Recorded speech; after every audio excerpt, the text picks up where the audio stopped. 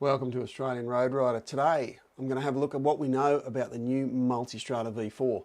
This is a very exciting motorcycle from Ducati. It looks absolutely perfect for conditions down in Australia, at least on paper and the videos they've released. Now you can watch the 25-minute video that Ducati's released. It's been made in Italian and then dubbed into English, and there's a music track there, so I actually found it quite annoying in that sense, but it's definitely worth a look if you're very serious about the motorcycle. If you just want to know the highlights and how we think it'll fit into the scheme of things here in Australia, well, this is the video you're looking for. The Multistrada V4 is obviously going to be a very long-term bike for Ducati. It's a groundbreaking model in many ways, and what I find really interesting off the bat is it's aimed more at the touring rider and even the off-road adventure rider than it is the traditional machine that the old Multistrada was aimed at. And I say this because it's got a 19-inch front wheel. The older Multistradas, starting from the 1200, I can't even remember what the earlier ones had prior to that. I think they had 17s, but the 1200s, which were released nearly 10 years ago, had 17-inch front wheels, and they were called Multistradas. They had touring mode, sports mode, urban mode, and enduro mode. The bike was designed primarily for road use and very light off-road use. I think with the V4 they're trying to put the new Multistrada into a different category. They're trying to put it up against things like the BMW R1250 GS, the new Triumph Tigers, is really where they're aiming the bikes. If they kept with the 17-inch front wheel, I would have said they're aiming more at the BMW XR range rather than the GS range. But that 19-inch front wheel and just the feel of what they talk about in their video, in the press kit, they're really wanting a slice of that adventure market more so than that sports hybrid market. So by going with a 19-inch front wheel, it's going to make it more suitable for off-road use. If you buy the S model, you can specify it with laced wheels, so you don't have to have the cast wheels. And there's a whole bunch of accessories out there for the bike as well. So let's go through some of the specs and details. The V4 engine's 170 horsepower. That's an awful lot of horsepower, and it dials it down if you're in enduro mode or in urban mode down to 115 horsepower. More than useful. And on the old 1200, I actually really used to like urban mode when I was stuck in traffic and pedaling around or it was raining. And I used touring mode more than any other. If the traffic was light, if you're out in the countryside, I found touring mode just the one that suited me the most. The sports mode was great if you really wanted to charge hard and go hard.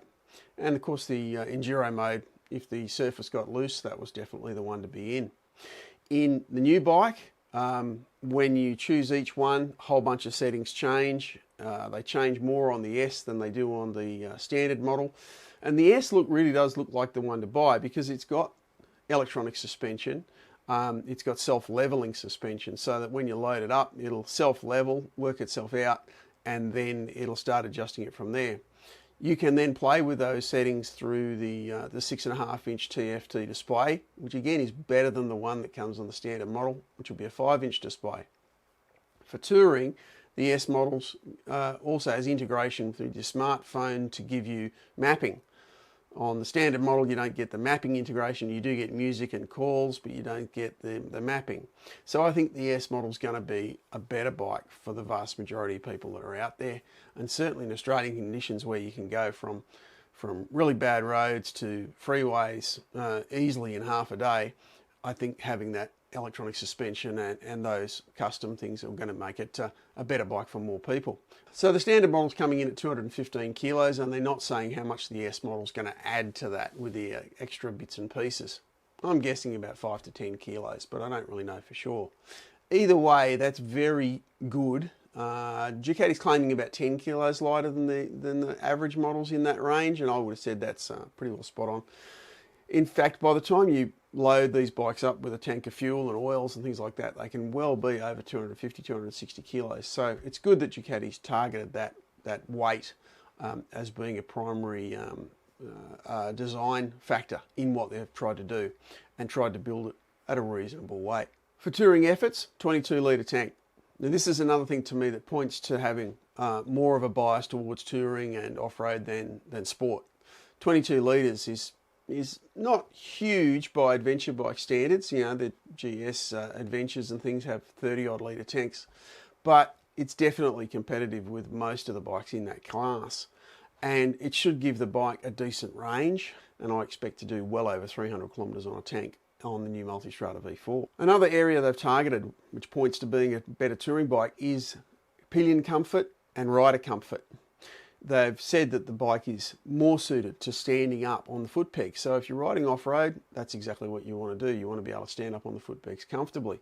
They've designed it aerodynamically, not just for punching through the air better, but also for comfort. So I imagine that sitting in this bike, you know, and literally you do sit down inside that seat a bit, although the seat, they've said, is quite flat, so you can move forward and backwards a bit to alter your riding position and be a bit more comfortable.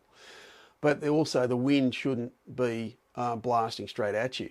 The design of the fairing and the bodywork is designed to obviously protect you from the elements, but also give you some venting. So on hot days, it shouldn't get oppressively hot. That's the hope anyway. Hopefully we'll get to ride one soon this summer and be able to let you know. Another reason we think this bike is aimed at that real adventure market is improved ground clearance. So it's got more ground clearance than the old bike. It's still got lots and lots of suspension travel, 170 millimeters at the front, or wheel travel, 180 millimeters at the back, which is quite a lot and should work off-road really quite well. Now the S model does have that skyhook suspension. All the suspensions by Marzocchi, and on the standard model it's fully adjustable. So that will appeal to some people who want to just have traditional sort of suspension and adjust it themselves, and they'll get that slightly lighter package. But on the S model, you'll be able to play with the suspension settings through the instruments, and you're just using your fingers to get that electronically adjusted. And I think it'll work really, really well, especially if you're going to carry a load, especially if you're going to be changing systems a lot, changing the amount you carry. I think the S model's going to be a better choice. The design of the bike looks fairly front heavy. It's got a big fairing, big tank, and then the whole design tapers towards the back, and you know, there's a big gap between the wheel and the subframe. Now the subframe is trellis, which is very a Ducati trademark, if you like.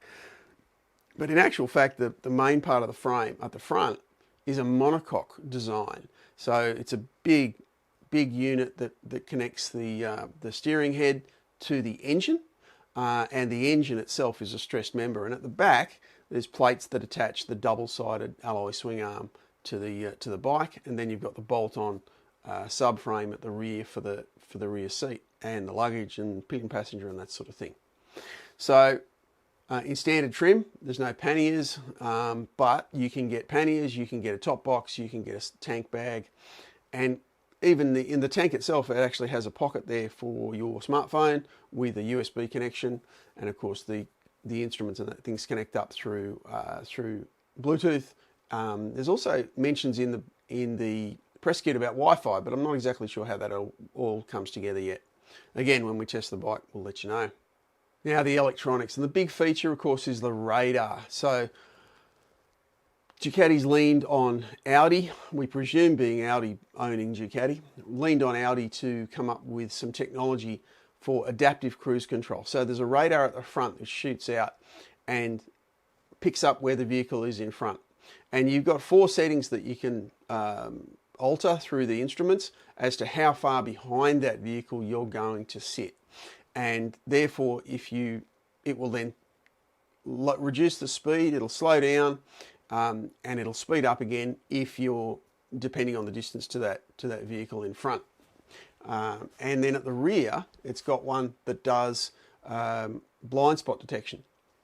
So if someone comes up and sits in your blind spot, a orange light will come on your mirror, depending on whether they're on the left or the right. If they approach really quickly, it'll start flashing. And I think this is great technology. I mean, I don't understand why we can't have cameras in the back that then turn and then don't have mirrors but have little screens. I think that'd be even better.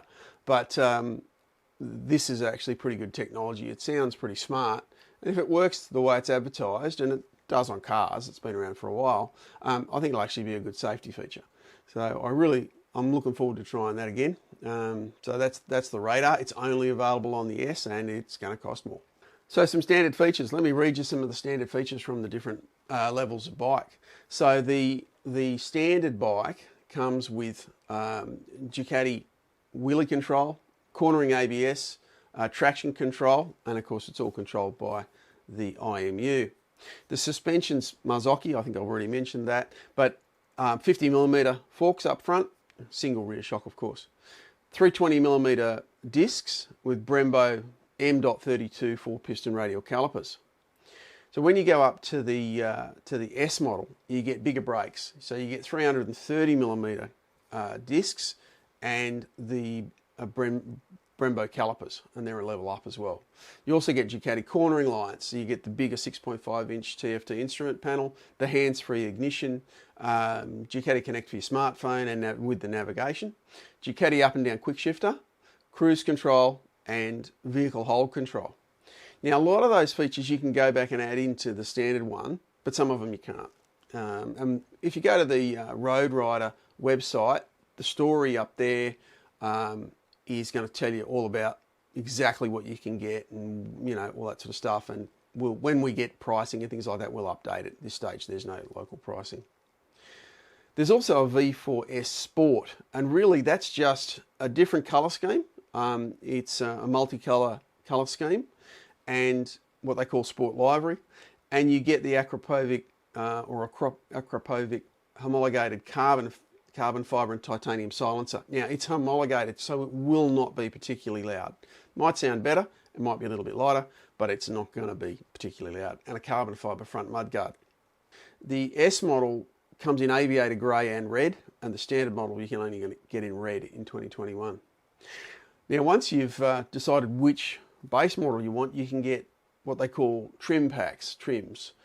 Once you've chosen which specification you like, you can then add things called trims or accessory packs. Now trims are only available for the S and the Sport S.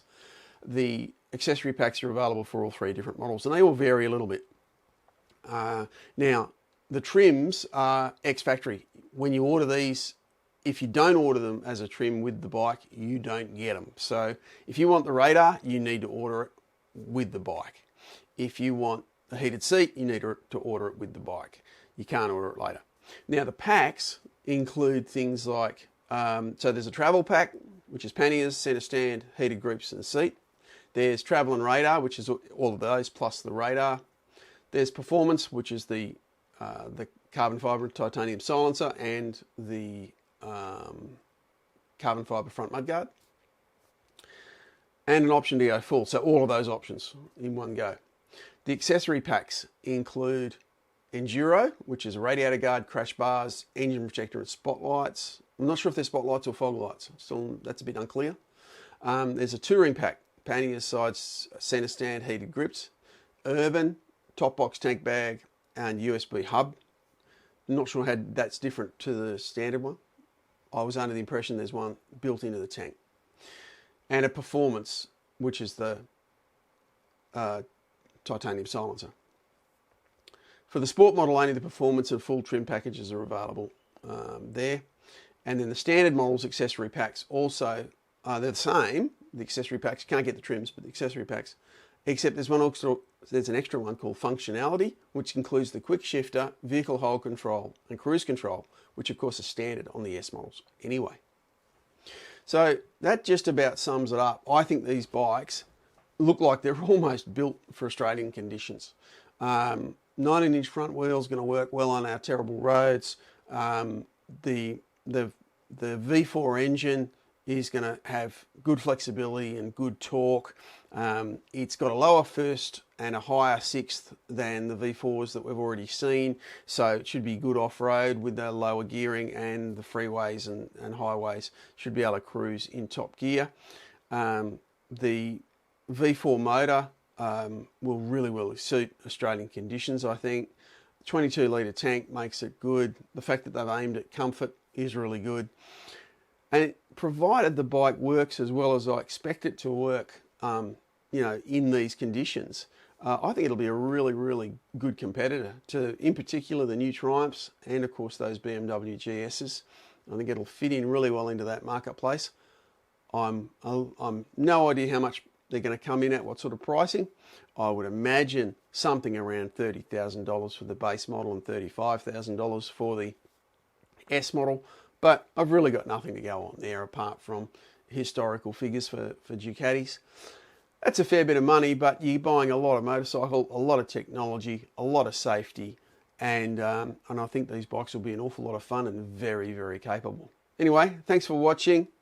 Please subscribe, like it. Make sure you check out roadrider.com.au and read the story. Check out the pictures we've got up there, and keep an eye on Road Rider for when we get a hold of a bike and we're going to test it thoroughly. Hope you enjoyed the video. See you again soon.